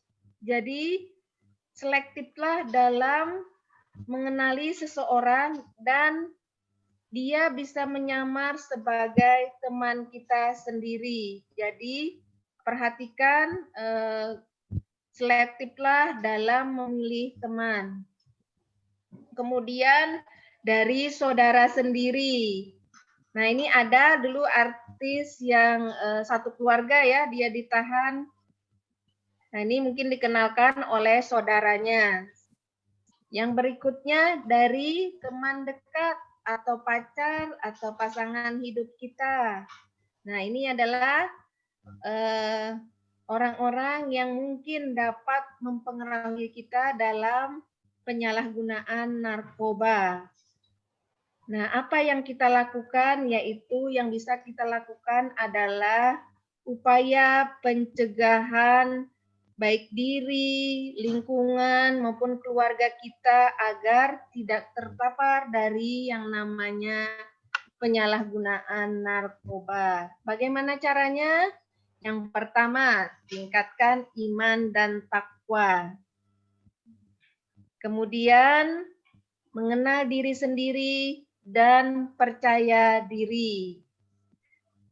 Yang ketiga, terampil dan bersifat tegas menolak tawaran narkoba. Jadi kita harus punya sikap yang tegas bahwa kita tidak akan menyalahgunakan narkoba. Setelah kita mengetahui tadi apa dampak dan efek yang ditimbulkan oleh narkoba. Karena narkoba hanya kesenangan sesaat dan efek atau dampak yang dirasakan akan seumur hidup jika tidak mati. Karena dapat, tadi salah satunya adalah terjadi gangguan jiwa atau gila. Yang keempat, lakukan hidup sehat, produktif, serta rajin beribadah. Dekatkan diri kepada Tuhan Yang Maha Esa. Kemudian memiliki motivasi atau tujuan hidup kita. Raihlah tujuan hidup dengan step-step atau langkah-langkah yang tidak membahayakan kita, akhirnya kita dapat mencapai tujuan atau cita-cita hidup kita. Jadi inilah bagaimana cara kita secara diri pribadi dalam melakukan cara pencegahan agar tidak terpapar dengan namanya penyalahgunaan narkoba. Seperti yang tadi saya katakan, para bandar, pengedar adalah berbisnis. Jadi mereka dengan berbagai upaya menawarkan bisnis atau dagangan mereka. Nah, ini ada beberapa tips lain untuk melakukan pencegahan atau menghindari penyalahgunaan narkoba. Yang pertama, jangan pernah melakukan coba-coba terhadap narkoba. Jangan pernah setelah kita mengetahui penjelasan atau sosialisasi dari hari ini, efeknya apa, dampaknya apa. Jadi jangan coba-coba untuk berani mencoba narkoba. Hilangkan rasa penasaran. Karena itu tidak akan membawa kebaikan pada kita, tapi malah membawa kemudaratan bagi kita, baik diri kita, keluarga kita, maupun lingkungan sekeliling kita, karena dari dampaknya tadi, dampak kesehatan, dampak sosial maupun dampak legal lainnya. Kemudian yang berikutnya, mengetahui agar berbagai macam dampak buruk narkoba. Nah, hari ini kita sudah mendapatkan pengetahuan tentang dampak buruk narkoba. Jadi, setidaknya setelah kita mengetahui, kita sadar tentang dampak buruk narkoba, kita tidak akan mencoba-coba narkoba dan bersikap tegas untuk menolak tidak menggunakan atau menyalahgunakan narkoba. Kemudian yang berikutnya, selektiflah dalam memilih pergaulan atau memilih teman. Karena teman dapat membawa dampak positif maupun dampak negatif bagi diri kita. Lakukan kegiatan-kegiatan positif, kegiatan-kegiatan sosial yang positif, olahraga untuk meningkatkan prestasi kita. Kemudian yang berikutnya, selalu ingat bahwasannya ancaman hukuman untuk penyalahguna narkoba, apalagi bagi pengedar narkoba, adalah penjara atau lembaga pemasyarakatan. Gunakan waktu dan tempat yang aman. Kemudian jangan keluyuran malam-malam bagi remaja, bersantailah dengan keluarga, dekatkan diri dengan Tuhan, tingkatkan iman dan takwa. Kemudian jika memiliki masalah, lakukan atau cari jalan keluar yang baik, jangan mencari jalan dengan narkoba, karena tidak akan menemui jalan keluarnya, namun malah menambah masalah. Nah, ini akhir dari penyalahgunaan narkoba itu hanya 3. Yang pertama, mati sia-sia karena overdosis. Kemudian yang kedua, gila, menjadi orang yang tidak berguna. Kemudian yang ketiga, masuk penjara. Jadi tidak ada efek yang menguntungkan dalam penyalahgunaan narkoba. Yang berikutnya, hal apa saja yang dapat membuat seseorang terjerat hukum narkoba walaupun tidak menggunakan narkoba atau menyalahgunakan narkoba. Nah, ada beberapa hal yang menyebabkan orang terjerat hukuman namun dia tidak menyalahgunakan narkoba. Yang pertama, dia menjual. Nah, kalau adik-adik dipengaruhi oleh para bandar atau pengedar untuk turut serta menjual barang dagangan mereka, otomatis akan terjerat di dalam hukum.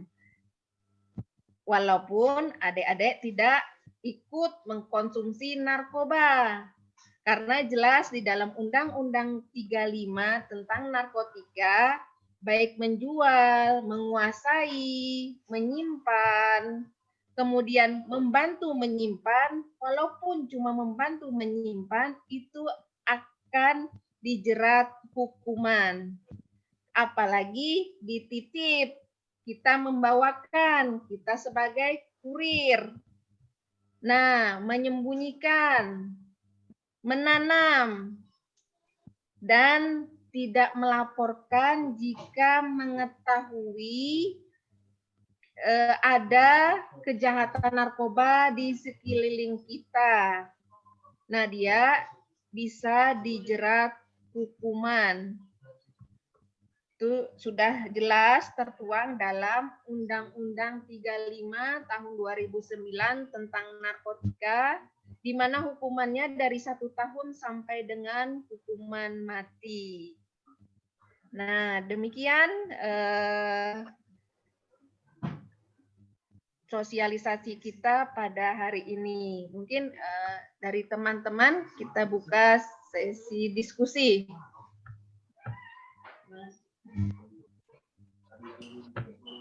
Bu, saya ingin bertanya.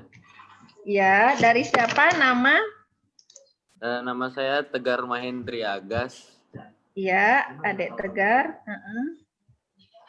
Kan tadi di slide Ibu ada minuman keras Miras, iya.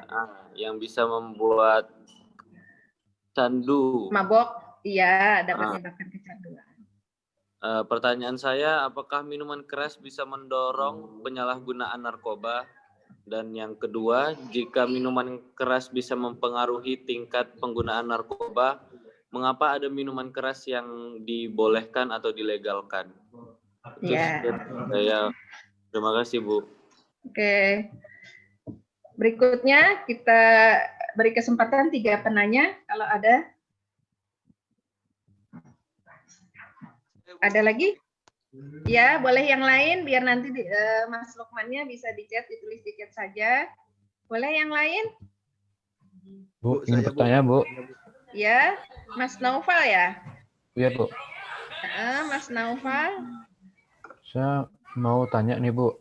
Iya. Yang pertama, zat apa yang membuat narkoba begitu adiktif, Bu?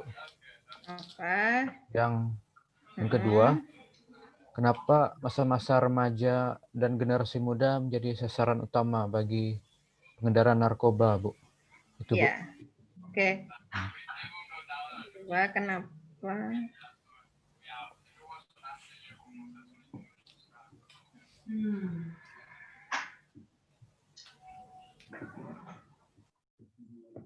Oke, baik. Sambil menunggu ya, Mas, siapa tadi? Lukman menulis pertanyaannya di chat. Ya, saya jawab dulu pertanyaan dari Mas Tegar. Miras mendorong pada penyalahgunaan narkoba. Tadi salah satunya minuman beralkohol termasuk ke dalam golongan narkoba, yaitu zat adiktif. Dia tidak termasuk narkotika maupun golongan psikotropika, namun dia menimbulkan efek kecanduan. Nah, kenapa dia dapat mendorong penyalahgunaan narkoba? Di mana kita biasanya menggunakan miras ini, tentunya kita jarang sekali menggunakannya sendiri. Pasti kita menggunakannya pada saat bersama dengan teman-teman atau mengambil efek rekreasional ya. Nah, pada saat itu dengan kecanduan miras sama dengan rokok tadi, ada kecenderungan bagi mereka untuk mencampur minuman mereka agar efek fly atau memabukkannya bertambah. Karena apa? Yang dipengaruhinya sama, yaitu sistem saraf pusat. Jadi kenapa miras tadi dapat mendorong orang untuk menyalahgunakan narkoba? Pertama, dia tadi menggunakannya secara bersama dengan teman-teman. Kemudian lingkungannya pasti penggunaan miras ini pada saat rekreasional atau senang-senang, itu tidak mungkin sendiri. Nah, tentunya di situ ada teman-teman. Nah, ada pengaruh-pengaruh lingkungan itulah yang dapat sebenarnya mendorong orang untuk meningkatkan penggunaannya ke narkoba yang lain. Karena dari lingkungannya saja sudah mendukung. Dan efeknya pasti ada dorongan untuk meningkatkan efek tadi. Karena tadi dia sama menimbulkan kecanduan, begitu obat yang dia campur rata-rata, efeknya akan meningkat. Nah, disitulah dia dapat mendorong orang sebagai tadi rokok, kemudian miras, dapat berfungsi sebagai pintu masuk narkoba. Dan disitulah lingkungan tempat dunia hitam berada. Tadi seperti saya sampaikan, narkoba bisnis, mereka berdagang di dunia hitam dan di tempat-tempat orang yang bersenang-senang tadi. Baik, ada lagi dari Mas Tegar. Kemudian yang berikutnya dari Mas Noval ya, karena dari Mas Lukman belum. Zat apa yang membuat narkoba begitu adiktif? Nah, pada dasarnya narkoba tadi, narkotika, psikotropika, dan bahan adiktif adalah bahan-bahan yang mengandung zat yang baik zatnya itu berbeda-beda, rata-rata fungsinya sama, mempengaruhi sistem saraf pusat dan yang menyebabkan ketergantungan. Nah, jadi setiap narkoba itu seperti sabu, zat efektifnya yaitu metamfetamin, ekstasi, zat efektifnya amfetamin. Kemudian ada lagi kemarin itu katinon. Dia sudah masuk golongan narkotika golongan 1. Jadi zat adiktifnya itu setiap narkoba itu berbeda-beda.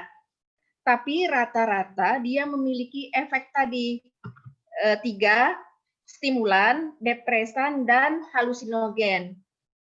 Hanya 3 efek itu yang dia punya dari berbagai macam jenis narkoba.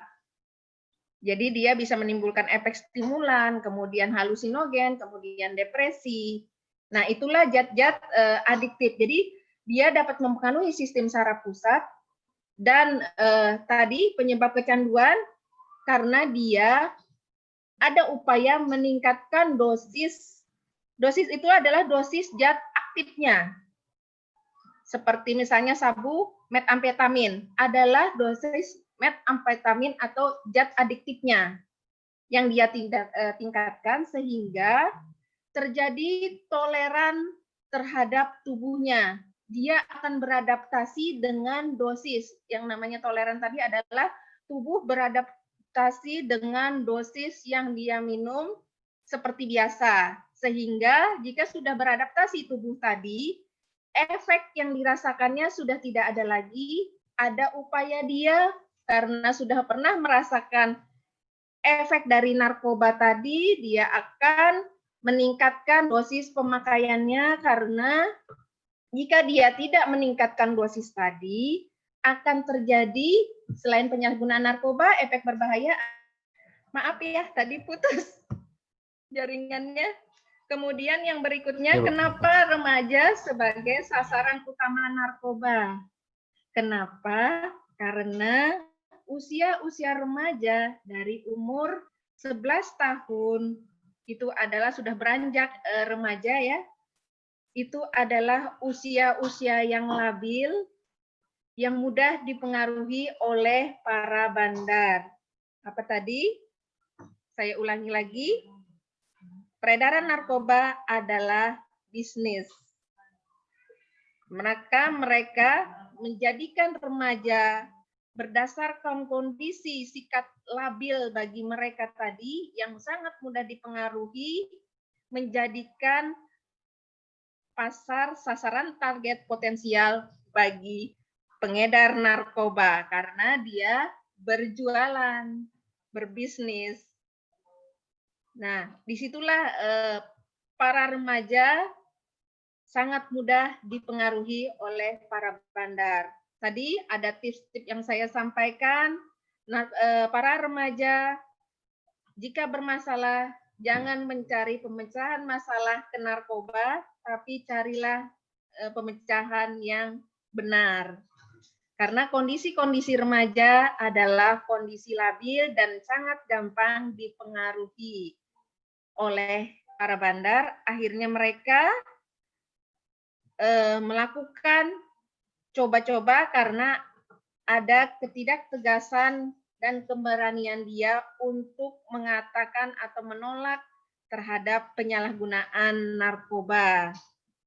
Kemudian remaja juga dia sangat rentan ya untuk pergaulan. Nah, dari pergaulan tadi dia juga para bandar itu sudah menyusup ke dia menyamar sebagai teman. Nah, disitulah mereka mempengaruhi para remaja. Karena pada saat usia-usia remaja adalah pada saat kita mencari jati diri. Nah, disitulah kita cara kita dengan meningkatkan iman dan takwa, kemudian dengan percaya pada diri sendiri. Nah, kebanyakan mereka yang menggunakan para remaja itu tidak pede dengan dirinya. Akhirnya dia dipengaruhi para bandar agar melakukan coba-coba terhadap narkoba, akhirnya menjadi orang yang pede dan berani. Padahal itu adalah hal yang sudah salah dia lakukan. Tadi ingat, efek narkoba hanya 10-15 menit. Selanjutnya adalah dampak buruk yang narkoba timbulkan. Kita mungkin 1 atau 2 kali pemakaian belum merasakan, namun narkoba di dalam tubuh, di dalam otak kita sudah merusak sistem-sistem di dalam tubuh kita, menggerogoti tubuh kita secara pelan. Oke, dari Mas Noval ada lagi? Tadi dari Mas Lukman belum masuk? Kalau tidak ada, tidak usah dipaksakan. Narkoba yang salah satunya kan ada dititip tadi, Bu. Iya. Nah, Narkoba dititip. Ya. Kasus kurir, salah satu kurir dititip narkoba. Ya. Posisi kurir tidak tahu narkoba. Dan bagaimana proses hukum? Ya, sudah mengerti saya. Berarti tadi masalah narkoba yang dititip kita tidak mengetahui ya.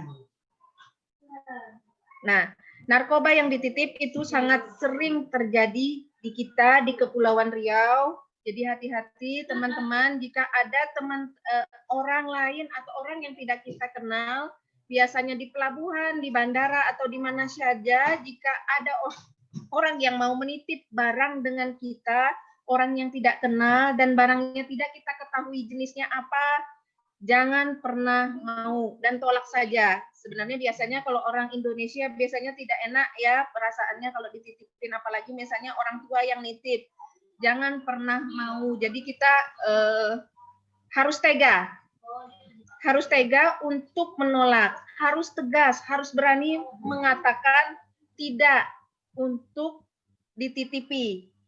Nah, karena banyak sekali kasus di sini, terutama yang banyak kami dapati kasus di BNN ini, kadang ada orang ibu-ibu tua,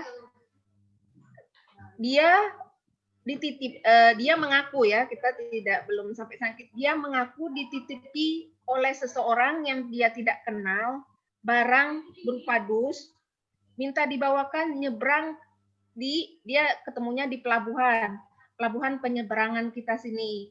Dia hanya duduk di situ dititipi, nanti ada temannya yang mengambil katanya. Ya karena mungkin ibu ini karena jiwa sosialnya tinggi, dia mau saja dititipi, akhirnya bagi ada penggeledahan, akhirnya barang itu ada berada di ibu tadi, akhirnya ibu tadi yang dibawa ke yang diperiksa di tempat kami. Dan banyak juga di Polda seperti itu juga. Akhirnya dengan seperti itu, walaupun pengakuan ibu itu tidak atau bukan barang dia, tetap dia harus dilakukan pemeriksaan. Dan pemeriksaan kita di sini tentunya pemeriksaan pertama 3 kali 24 jam. Jika belum ketemu ya perpanjangan 3 kali 24 jam. Jadi tentunya dia ditahan dulu di tahanan kami atau di tahanan Polda atau Polres. Karena pasti para penyidik tidak akan percaya dengan begitu saja bahwa itu bukan barangnya. Tentunya kita di situ juga disidik nanti sama mereka, akan ditelusuri sama mereka. Kalau memang dibuktikan itu benar bukan barang mereka, ya mereka akan bebas. Tapi jika benar terbukti itu adalah barang milik kita, tentunya akan diproses secara hukum. Nah, tentunya pada waktu pemeriksaan jelas ditahan juga.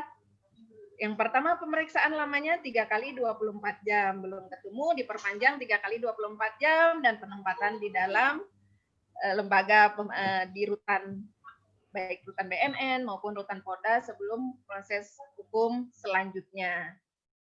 Nah, jadi kita perlu tegas menolak hal-hal seperti tadi, baik dititipi maupun dimintain tolong membawakan, karena modusnya banyak sekali. Kemarin ada dimasukkan di dalam gulungan benang wol. Itu dititipkan dengan ibu-ibu tua.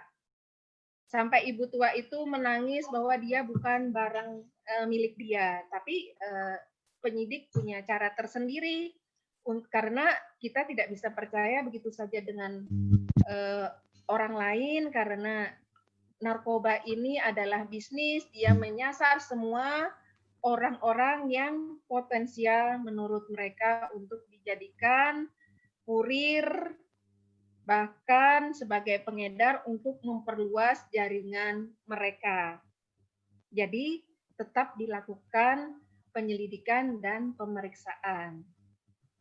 Nah, begitu tadi untuk Mas Lukman. Kira-kira dari teman-teman ada lagi?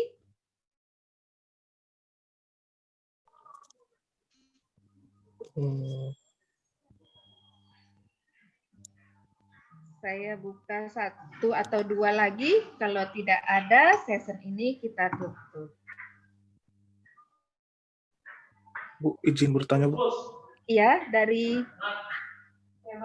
siapa tadi? Boleh sebutkan Stephen, nama? Stephen? Ya.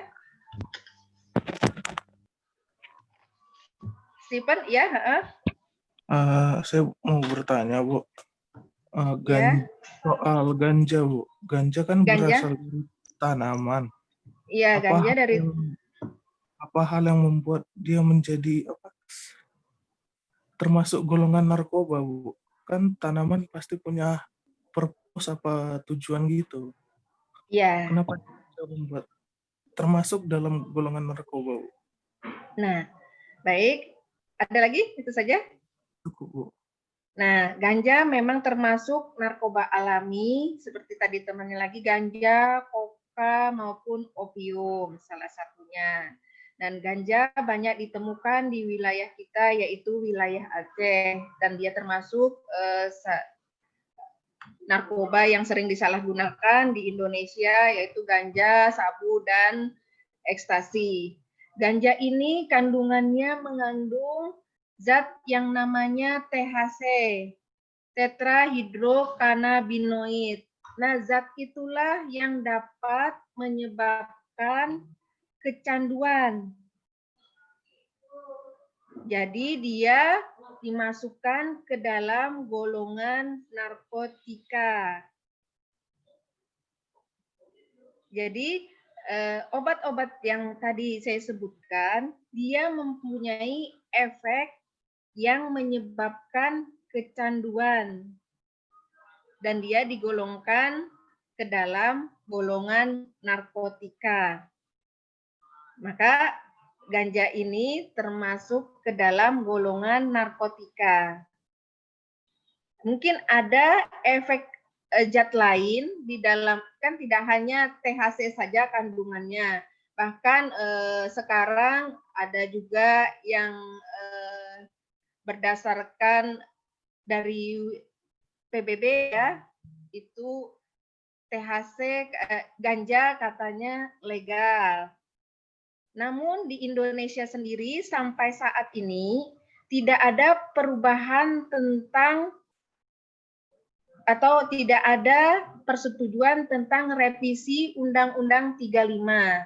Jadi di Indonesia ganja ini masih digolongkan dalam golongan narkotika.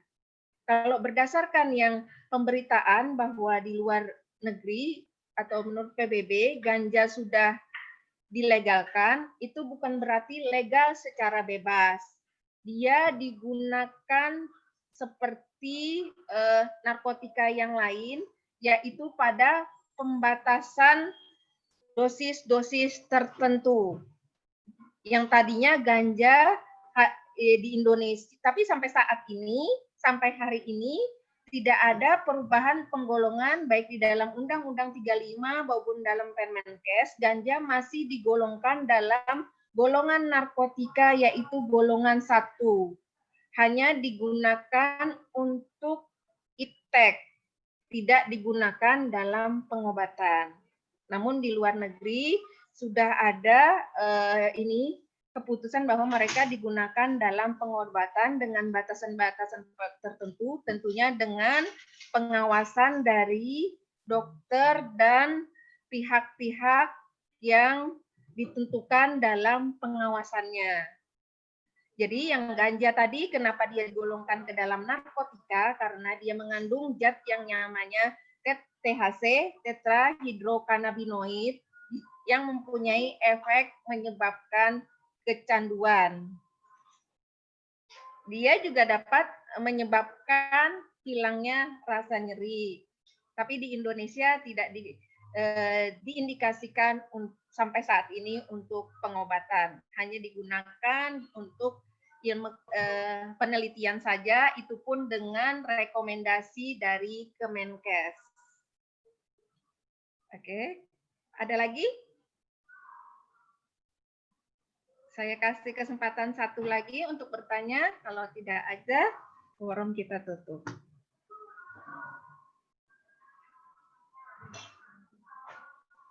Ada? Oke, kalau tidak ada, kita akhiri sesi kita tentang sosialisasi masalah bahaya penyalahgunaan narkoba dan penanganannya. Kita berharap tidak ada dari adik-adik di Poltekkes ini yang berani coba-coba untuk menggunakan narkoba, namun berani dan tegas untuk menolak menyalahgunakan narkoba. Jadi sekarang para pengedar dan bandar, sasaran target utamanya adalah para remaja dan anak usia sekolah. Kenapa? Karena itu adalah usia-usia yang labil, yang gampang dan mudah dipengaruhi untuk menyalahgunakan narkoba. Demikian dari saya, lebih dan kurangnya saya mohon maaf. Wabillahi taufiq wal hidayah. Wassalamualaikum warahmatullahi wabarakatuh. Waalaikumsalam warahmatullahi wabarakatuh.